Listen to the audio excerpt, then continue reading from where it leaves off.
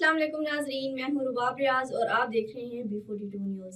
नाजरीन, आज हम बात करेंगे कि बच्चों के साथ जिनसी ज्यादती के बारे में। पाकिस्तान 2022 में बच्चों के साथ होने वाली जिनसी ज्यादती के बारे में कि जराइम में किस तरह इजाफा हो रहा है और इन सब का जिम्मेदार कौन है, क्या वजूहात हैं इनके पीछे और इन जराइम को रोकने के लिए क्या रोकथाम करनी चाहिए। और इन सब के हवाले से बात करने के लिए हमारे साथ मौजूद हैं माहिर कानून आगा साजिद हुसैन शाह। आइए इनसे पूछते हैं कि पाकिस्तान में बच्चों के साथ जिनसी ज्यादती के बढ़ते हुए वाकयात के पीछे क्या वजह है।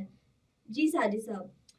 जी बिस्मिल्लाहिर्रहमानिर्रहीम। जी बिल्कुल, इसके पीछे बहुत सारे फैक्टर्स इन्वॉल्व हैं। ऐसा नहीं है कि कोई एक वजह है, कोई एक लॉजिक है। इस वक्त पाकिस्तान में जिस तरीके से एक जनरेशन गैप है, जिस तरीके से बच्चों की तरबियत हो रही है, आज से पहले एक जॉइंट फैमिली सिस्टम था।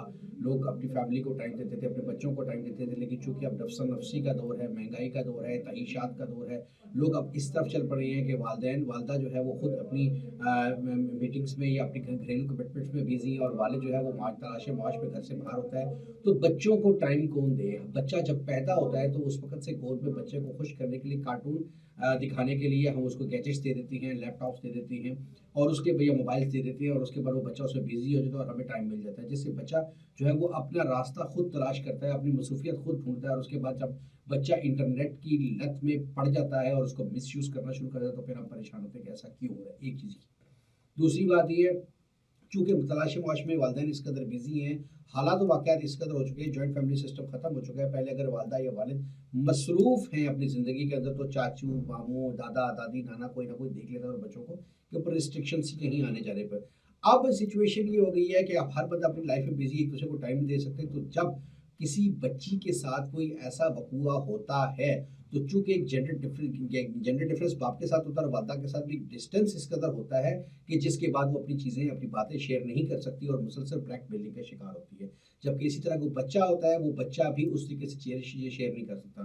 तो चीज़ें ख़राब से ख़राब तरीन होती जाती हैं। अब उसको कंट्रोल कैसे करना है, सबसे पहली चीज़ ये देखनी है हमने कि हमने इनको हमने गलती कहाँ पर हो रही है, हमने अपनी ज़िम्मेदारी कहाँ क्या क्या अदा करनी है।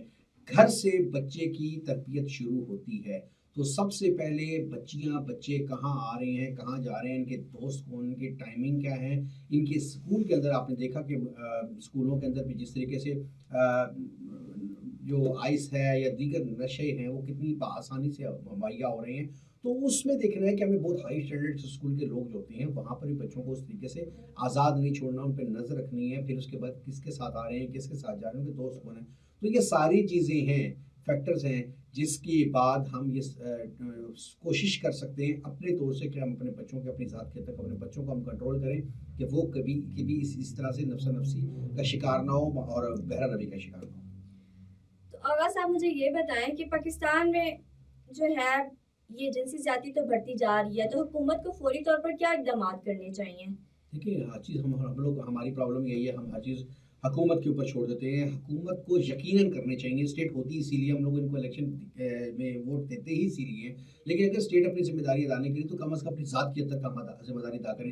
हम अपनी ज़ात की हद तक ज़िम्मेदारी अदा नहीं कर सकते, अपने घर में अपने 4 लोगों के ऊपर हुकूमत नहीं कर सकते, उनको कंट्रोल ओवर नहीं कर सकते, तो हम हुकूमत से कैसे एक्सपेक्ट करते हैं कि वो पूरे पाकिस्तान के अंदर चीज़ों को कंट्रोल ओवर करे। अदरवाइज़ जो उनकी रिस्पॉन्सिबिलिटीज़ बनती है, ज़ाहिर है लेजिस्लेशन होनी चाहिए, और लेजिस्लेशन ऑलरेडी इस हवाले से बहुत मौजूद है, पार्लियामेंट के अंदर मौजूद है। सिर्फ इम्प्लीमेंटेशन का इशू है, इम्प्लीमेंटेशन नहीं हो पा रहा उस तरीके से। उसके भी बहुत सारे फैक्टर्स हैं, बहुत सारी रीजंस हैं इम्प्लीमेंटेशन क्यों नहीं है, जिसकी वजह से इबरतनाक सज़ाएं नहीं होती।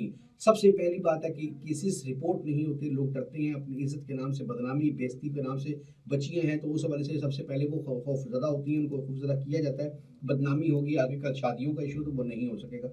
जब हिम्मत करके ब्लैकमेलिंग से बचने के लिए भी वालदा या वालिद तक ये बात पहुंचती है तो फिर वो बात को दबा लेते हैं। अगर वो भी हिम्मत करके थाने में जाते हैं तो थाने में अजीब व गरीब किस्म के सवाल होते हैं, और इसी तरह से अदालतों में सवाल होते हैं। ये सारे फैक्टर्स हैं जिसकी वजह से केसेस रिपोर्ट नहीं होती, और अगर रिपोर्ट हो जाएँ तो फिर उसमें बहुत सारी चीज़ें हैं कि हर्डल्स, जो लीगल हर्डल्स हैं पुलिस की जानिब से, जुडिशरी की जो फॉर्मेट बना हुआ है प्रोसीजर, उसके हवाले से, जिसकी वजह से मंतकी अंजाम तक पहुँचते नहीं है केसेस। और अगर कोई ऐसा मंतकी जब तक पहुंचने का खदशा हो, जैसे कि मीडिया में कोई केस, ज़ैनब का केस आपने देखा पिछले दिनों हाईलाइट हुआ, ये चीज़ें जब पहुंचती हैं तो फिर उस वक्त सज़ाएं होती हैं।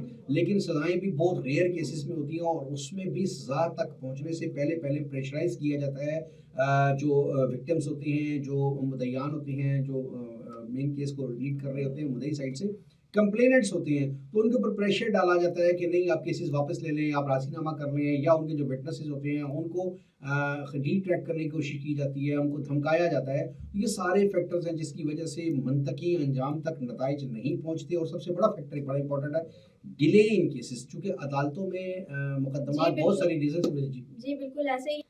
جی آغا صاحب آپ کا بہت بہت شکریہ. اب تک کے لیے اتنا ہی. رباب ریاض کو اجازت دیں. اللہ حافظ.